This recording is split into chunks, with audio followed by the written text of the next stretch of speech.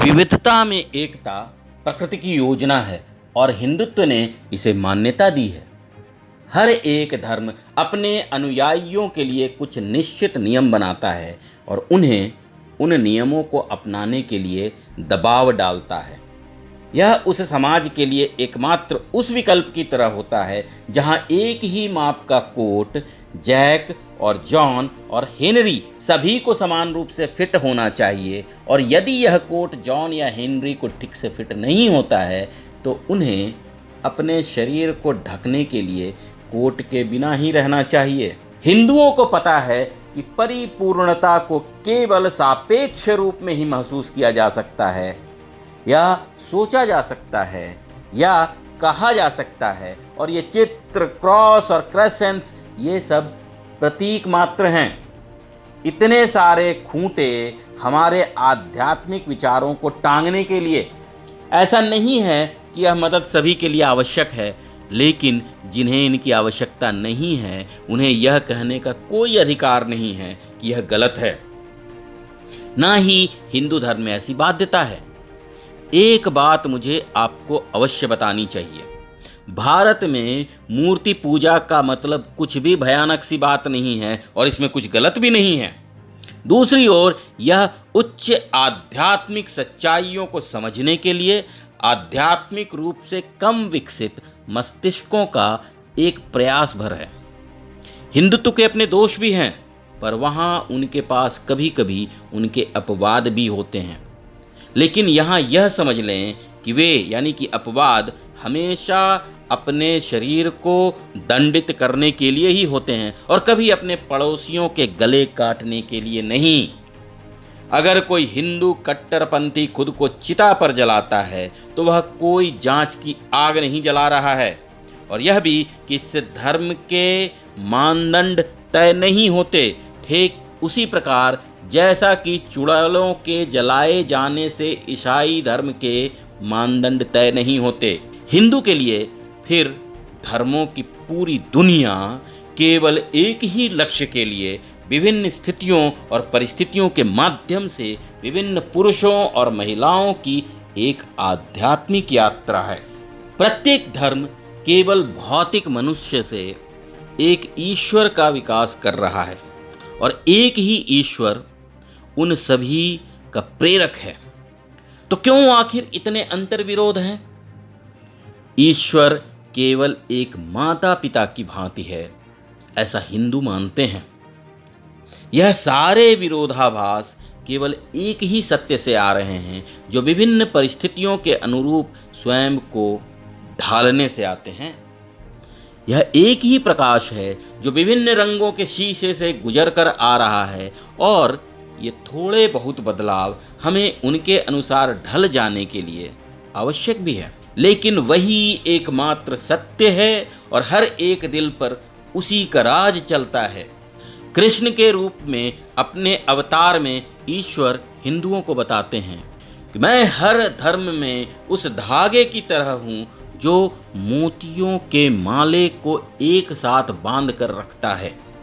जहाँ भी आप ऐसी असाधारण शक्ति को पाते हैं जो बहुत पवित्रता के साथ मानवता की शुद्धता के लिए कार्यरत है, तो जान लें कि मैं वहाँ उपस्थित हूँ। और इसका क्या परिणाम रहा है? मैं पूरी दुनिया को चुनौती देता हूँ कि पूरे संस्कृत दर्शन में ऐसी कोई भी अभिव्यक्ति कि जो हिंदुत्व अकेले बच जाएगी और दूसरे नहीं को ढूंढ कर दिखाएं।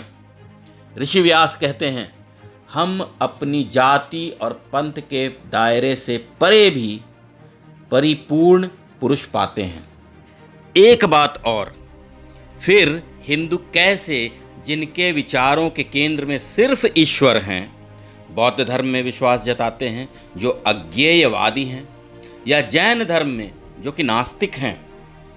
बौद्ध या जैन भगवान पर निर्भर नहीं करते हैं, लेकिन उनके धर्म की पूरी ताकत हर धर्म में महान केंद्रीय सत्य के लिए निर्देशित की जाती है ताकि भगवान को मनुष्य से बाहर निकाला न जा सके। उन्होंने परम पिता को नहीं देखा है, लेकिन उन्होंने सूर्य को देखा है, और जिसने सूर्य को देखा है उसने परमपिता को भी देखा है। मेरे भाइयों, यह हिंदुओं के धार्मिक विचारों का एक संक्षिप्त वर्णन है। हिंदू अपनी सभी योजनाओं को अंजाम देने में विफल हो सकता है, लेकिन अगर कभी भी एक सार्वभौमिक धर्म होना चाहिए तो उसे ऐसा होना चाहिए जिसका कोई स्थान या समय न हो, जो भगवान की तरह अनंत होगा और जो कृष्ण के अनुयायियों और मसीह के संतों और पापियों पर समान रूप से कृपा करेगा, जो ब्राह्मणिक या बौद्ध, ईसाई या मोहम्मडन नहीं होगा, लेकिन इन सभी का कुल योग और अभी भी सभी औरों को अपने में समाहित कर लेने में सक्षम होगा, इतना विकसित हो सकेगा, जो अपनी अनंत भुजाओं से सभी को गले लगा सकता हो और प्रत्येक मनुष्य के लिए एक ऐसी जगह ढूंढ सकता हो जहां सभी प्रकार के मनुष्यों के लिए परम मानवता के सद्गुणों से भरपूर उपलब्धता हो, जहां मनुष्य जाति उसके इस विराट रूप से मोहित हो।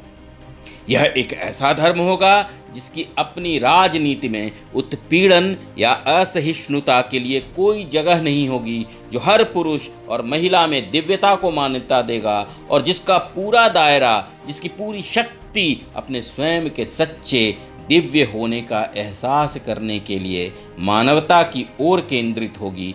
यही उसकी प्रकृति होगी। ऐसे धर्म को प्रस्तुत करें और सभी राष्ट्र उसका अनुसरण करेंगे।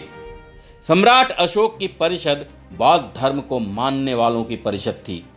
अकबर का हालांकि उद्देश्यों पर अधिक केंद्रित केवल एक पार्लर बैठक की तरह थी। यह अमेरिका के लिए ही सुरक्षित था कि वह दुनिया के सभी क्षेत्रों में यह घोषित करे कि भगवान हर धर्म में उपस्थित हैं। हिंदुओं के ब्राह्मणों, जोरोआस्ट्रियन लोगों के अहूरा माजदा, बौद्धों के बुद्ध, यहूदियों के यहोवा, ईसाइयों के स्वर्ग में उनके परमपिता ईश्वर आप सभी को अपने इस महान विचार को आगे बढ़ाने की शक्ति दें। एक तारा आकाश के पूरब में उत्पन्न हुआ, इसने पश्चिम की ओर लगातार यात्रा की, कभी मंद और कभी अधिक चमकीला, जब तक उसने दुनिया का एक चक्कर न लगा लिया। और अब यह फिर से एक बार पूरब के क्षितिज पर उग रहा है, सानपों की सीमाओं पर 1000 गुना अधिक चमकीला, पहले की तुलना में अधिक भव्य। कोलंबिया, हे स्वतंत्रता की मातृभूमि, जिसने कभी अपने पड़ोसियों के खून में अपना हाथ नहीं रंगा, जिन्होंने कभी यह नहीं सोचा कि अमीर बनने का सबसे आसान तरीका अपने पड़ोसियों को लूटना है, यह सम्मान आपको मिलता है कि सभ्यता के मोर्चे पर सद्भाव का ध्वज लहराते हुए आगे बढ़ें।